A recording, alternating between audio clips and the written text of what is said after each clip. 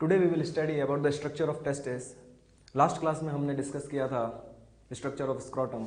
Scrotum में रखे होते हैं टेस्टिस, तो now we will discuss about structure of testis. Testis के स्ट्रक्चर को जानने से पहले, क्योंकि यहाँ पर जो मैंने बनाया है it is sectional view of the testis, it is a longitudinal section of the testis, तो उसके लिए हमें टेस्टिस के बारे में कुछ बातें जानना जरूरी है। अगर हम टेस्टिस का बिना सेक्शन लिए हुए व्यू देखें, तो सपोज ये एक टेस्टिस है, इसको आप देख रहे हैं एंटीरियरली, तो यहां पर हमें तीन चीजें ऑब्जर्व करने की जरूरत है। टेस्टिस में दो तो होते हैं पोल्स, अपर पोल लोअर पोल, तो दो तो पोल हो गए क्योंकि ओवल शेप्ड स्ट्रक्चर है। दो होती हैं surfaces, lateral surface, medial surface. वो डिपेंड करेगा, लेफ्ट साइड का टेस्टिस है तो this is lateral surface, this is medial surface, और अगर ये राइट साइड का टेस्टिस है तो this is medial surface, this is lateral surface, तो दो सरफेसेस। इसी तरह से यहां पर होंगी टू बॉर्डर्स। जब आप इंटीरियरली टेस्टिस का व्यू देखेंगे तो इस टेस्टिस में आपको आगे जहां पर दोनों तरफ की लेटरल और मीडियल सरफेसेस आकर एक दूसरे से मीट करती हैं, that line is known as anterior border. इसी तरह से दोनों सरफेसेस पीछे जाकर जहां एक दूसरे से मीट करेंगे, दैट इज पोस्टीरियर बॉर्डर। इसका मतलब टेस्टिस में हमें तीन चीजें याद रखनी है, two poles, upper pole, lower pole, two surfaces, lateral surface, medial surface, and two borders, आगे की तरफ एंटीरियर बॉर्डर, पीछे की तरफ पोस्टीरियर बॉर्डर। तो अब ये है कंप्लीट टेस्टिस। अब हम इसका लेंगे लॉन्गिट्यूडनल सेक्शनल व्यू। इस लॉन्गिट्यूडनल सेक्शनल व्यू के लिए हम टेस्टिस को इस तरह से मिड लाइन से लॉन्गिट्यूडनली दो इक्वल पार्ट में डिवाइड करेंगे। तो सपोज ये एक सेक्शन है, इस सेक्शन में ये आगे की तरफ क्या होगी एंटीरियर बॉर्डर, ये पीछे की तरफ क्या होगी पोस्टीरियर बॉर्डर, ये अपर पोल, ये लोअर पोल, और इस तरफ ये क्या है यहां पर सरफेस। क्योंकि हमें टेस्टिस के इंटीरियर टिश्यू की स्टडी करनी है, तो अब हम इस सेक्शन को यूं रख के देखेंगे। तो जब यूं रख के देखेंगे तो ये आगे की तरफ क्या चलेगी एंटीरियर बॉर्डर, ये पीछे की तरफ पोस्टीरियर बॉर्डर, ये अपर पोल, ये लोअर पोल, और सरफेस इस डायग्राम में हमें दिखाई नहीं देगी क्योंकि सरफेस अपोजिट साइड में पीछे की तरफ होगी। तो अब अंदर यहां पर हमें क्या दिखाई देगा इंटीरियर टिश्यू ऑफ टेस्टिस। तो ये पूरा इंटीरियर टिश्यू ऑफ टेस्टिस हमें नजर आ रहा है। ये आगे की तरफ इंटीरियर बॉर्डर है, पीछे ये पोस्टीरियर बॉर्डर है, ये इंटीरियर टिश्यू, सरफेस नजर नहीं आएगी, अपर पोल लोअर पोल। तो अब इस सेक्शनल व्यू में हमें टेस्टिस की वॉल में कुछ लेयर्स नजर आएंगी, जिसमें जो सबसे आउटर मोस्ट लेयर जो मैंने अब ब्लू कलर से ड्रॉ करी है, ये कहलाती है ट्यूनिका वेजाइनलिस। इस ट्यूनिका वेजाइनलिस के भी दो पार्ट हैं। जो बाहर वाली लेयर है that is parietal tunica vaginalis, जो अंदर वाली लेयर है that is visceral tunica vaginalis, और इन दोनों के बीच में जो कैविटी है दैट इज वेजाइनल कैविटी। तो वेजाइनल कैनाल और vaginal cavity, these are two different things. Vaginal canal is the canal of female vagina, जबकि vaginal cavity found in male, it is bounded by tunica vaginalis layers, parietal tunica vaginalis and visceral tunica vaginalis around the testis. तो this is vaginal cavity which is bounded between two layers of tunica vaginalis around the testis. चलिए, ये एक peritoneal remnant है। ये जो tunica vaginalis layer है ये एक पेरिटोनियल रेमनेंट है। जब टेस्टिस डिसेंट होता है तो अपने आसपास जो लूज पेरिटोनियल लेयर होती है उसको अपने चारों तरफ रैप करके ले आता है। तो यही पेरिटोनियल रेमनेंट अब क्योंकि टेस्टिस के चारों तरफ रैप हो चुका है, उसी की वॉल का इंटीग्रेटेड पार्ट बन चुका है, तो इसलिए हम इसको अब टेस्टिस की वॉल की आउटर मोस्ट लेयर कंसीडर करते हैं। देखिए, ये जो ट्यूनिका वेजाइनलिस है ये टेस्टिस पे सब तरफ चारों तरफ ऑलमोस्ट आपको देखने को मिलेगी, लेकिन पोस्टीरियर बॉर्डर पे आप देखिए ट्यूनिका वेजाइनलिस एब्सेंट है। इसका मतलब अपर पोल पे भी ट्यूनिका वेजाइनलिस है, लोअर पोल पे भी ट्यूनिका वेजाइनलिस है, एंटीरियर बॉर्डर पे भी ट्यूनिका वेजाइनलिस है, और जो दोनों तरफ सरफेसेस हैं उन पर भी ट्यूनिका वेजाइनलिस है, लेकिन कहां नहीं है पोस्टीरियर बॉर्डर पर। क्यों नहीं है पोस्टीरियर बॉर्डर पर? क्योंकि अभी अभी मैंने बोला कि ट्यूनिका वेजाइनलिस लेयर एक पेरिटोनियल रेमनेंट जो टेस्टिस के डिसेंट के टाइम इसके चारों तरफ रैप हुआ था। तो टेस्टिस के पोस्टीरियर पार्ट पर ऑलरेडी एपिडिडाइमिस रखा हुआ है।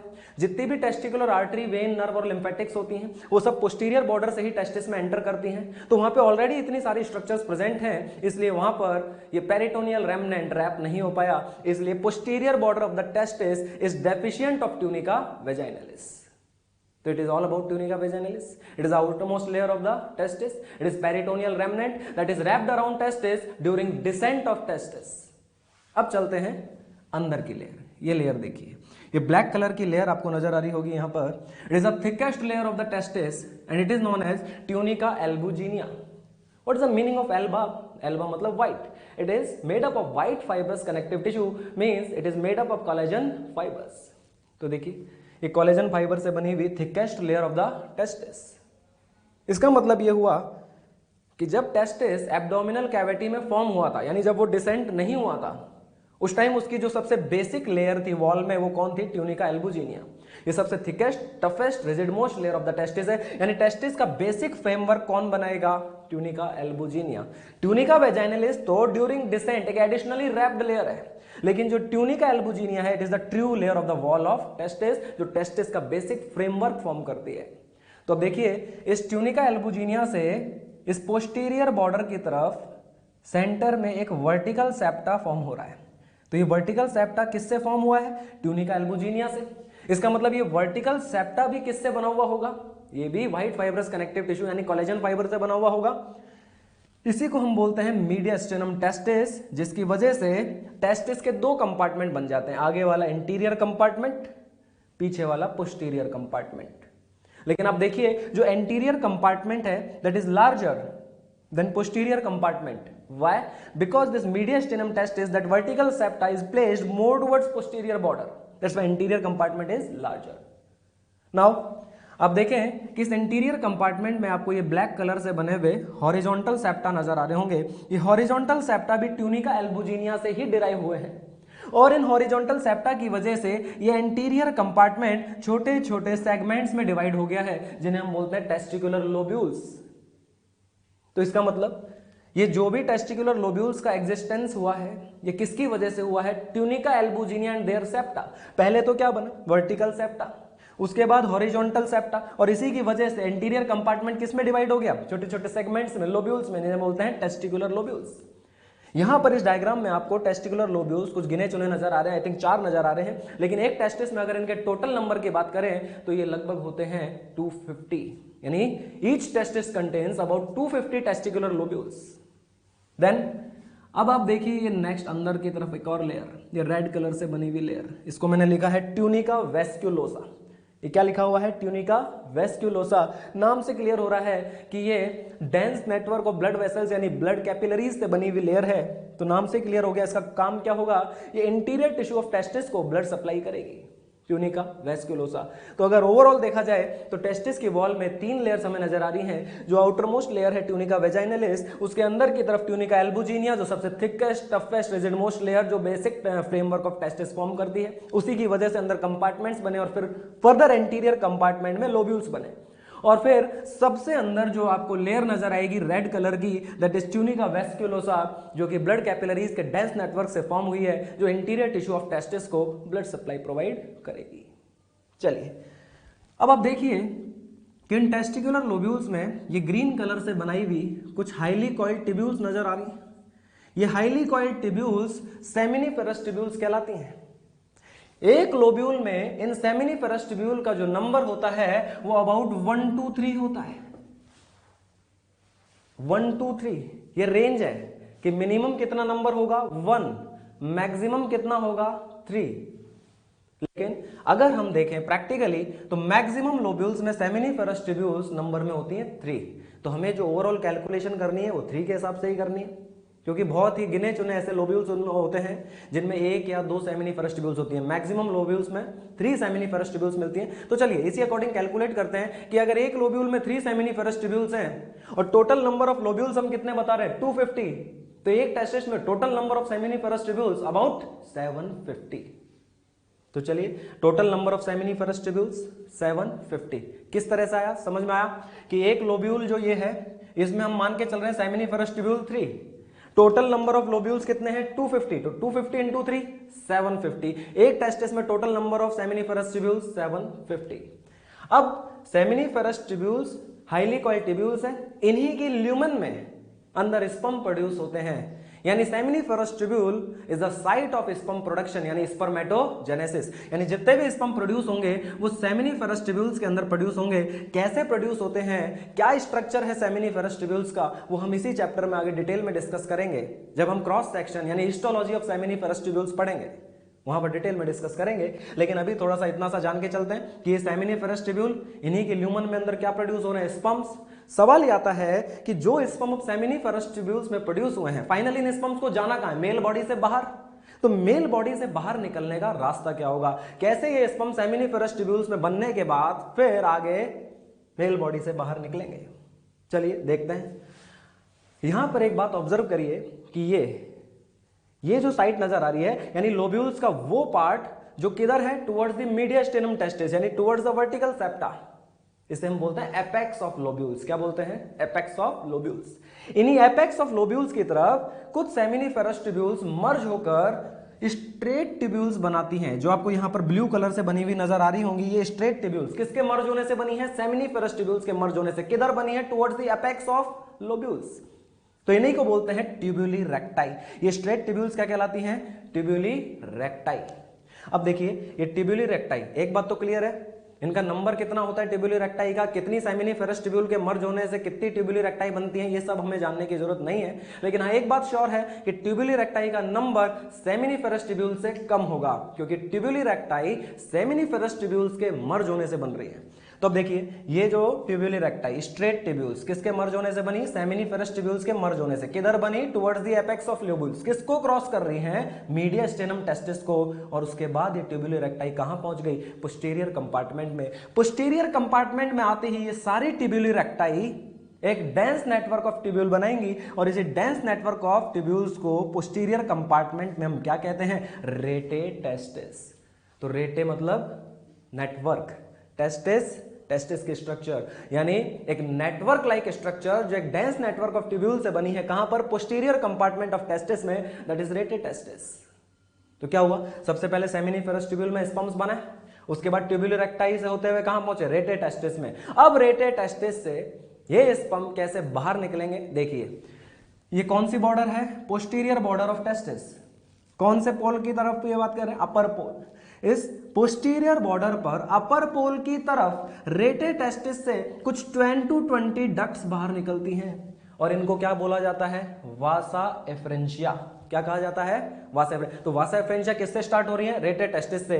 फिर ये थिकनेस ऑफ टेस्टिस की वॉल को क्रॉस करके कहां आ रही हैं? बाहर। नंबर में कितनी है? 10 to 20। बाहर आकर ये वासा एफ्रेंशिया सारी की सारी मर्ज हो जाएंगी और मर्ज होकर एक सिंगल डक्ट बनाएंगी और वही डक्ट हाईली कॉइल्ड होकर टेस्टिस की पोस्टीरियर बॉर्डर पे अरेंज हो जाएगी और इसी हाईली कॉइल्ड डक्ट को पोस्टीरियर बॉर्डर ऑफ टेस्टिस पर क्या नाम दिया जाता है? एपिडिडाइमिस। तो इसका मतलब क्या हुआ? सबसे पहले स्पर्म सेमिनिफेरस ट्यूब्यूल में बने, उससे कहां गए?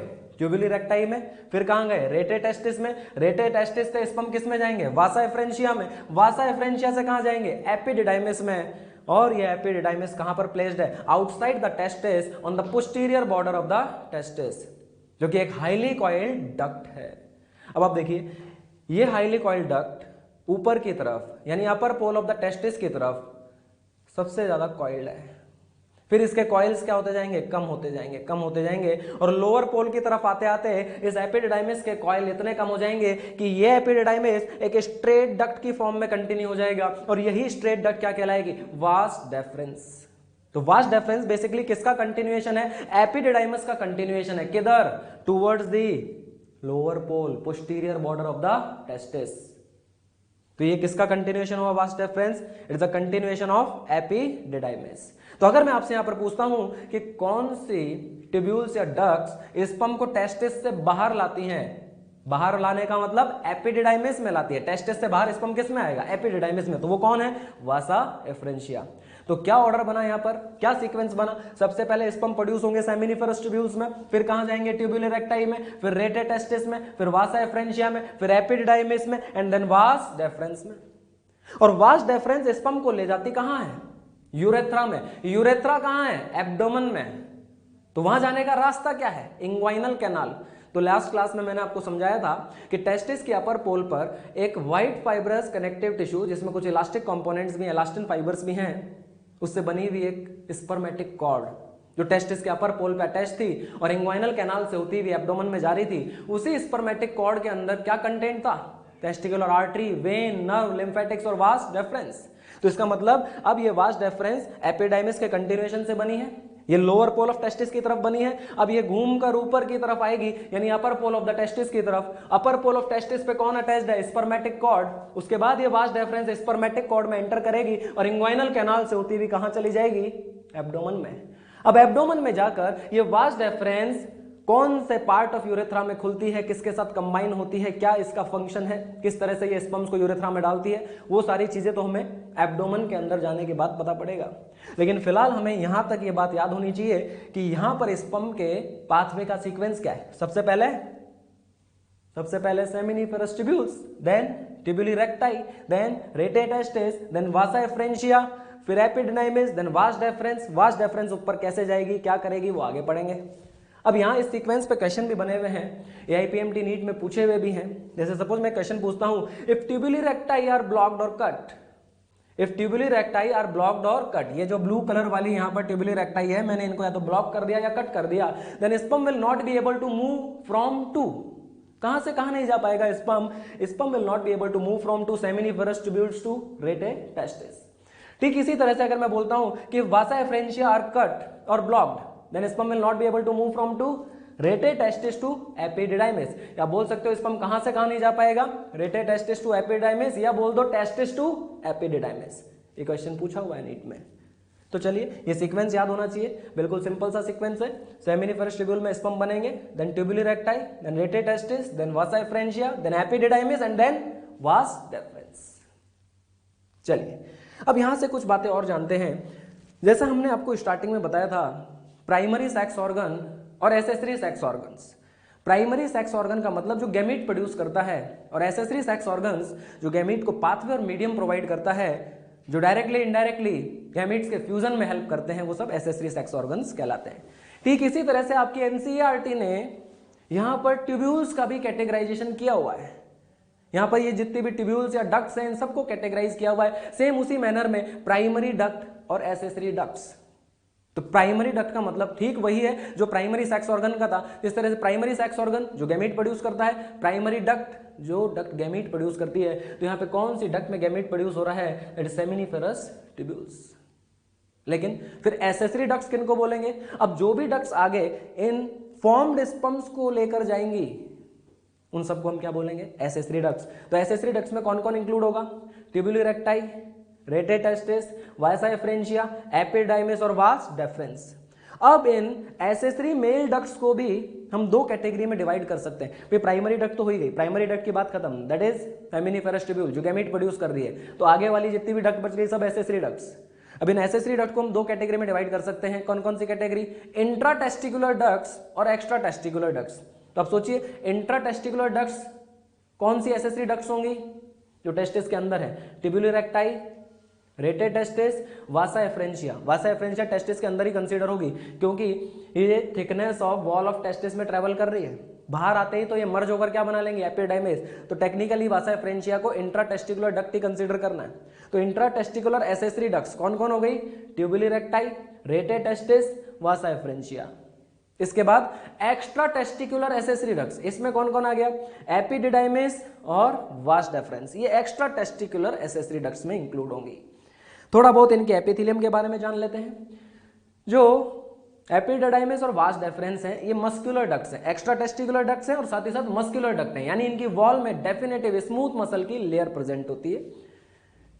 दूसरी बात, इनकी जो मिकोजल एपिथेलियम होती है, वो एपिथेलियम कैसी होती है, pseudo stratified stereociliated columnar epithelium. Pseudo stratified stereociliated columnar epithelium.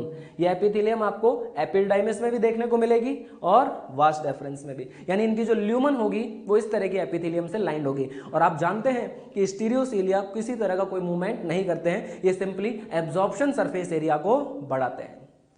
रही बात वासा एफ्रेंशिया की, वासा एफ्रेंशिया एक इंट्राटेस्टिकुलर एसेसरी डक्ट है। इसकी जो एपिथेलियम होती है वो होती है सीलिएटेड कॉलुमनर एपिथेलियम।